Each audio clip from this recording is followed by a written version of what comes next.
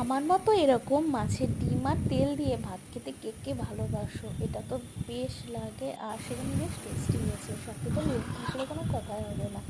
তার সাথে আরও ছিল ডাল দিয়ে কাঁঠালের আটি, দারুণ খেতে লাগে। এরপরে ছিল পুঁইয়ের তরকারি, কাঁকরোল ভাজা, একটু আলুর দম,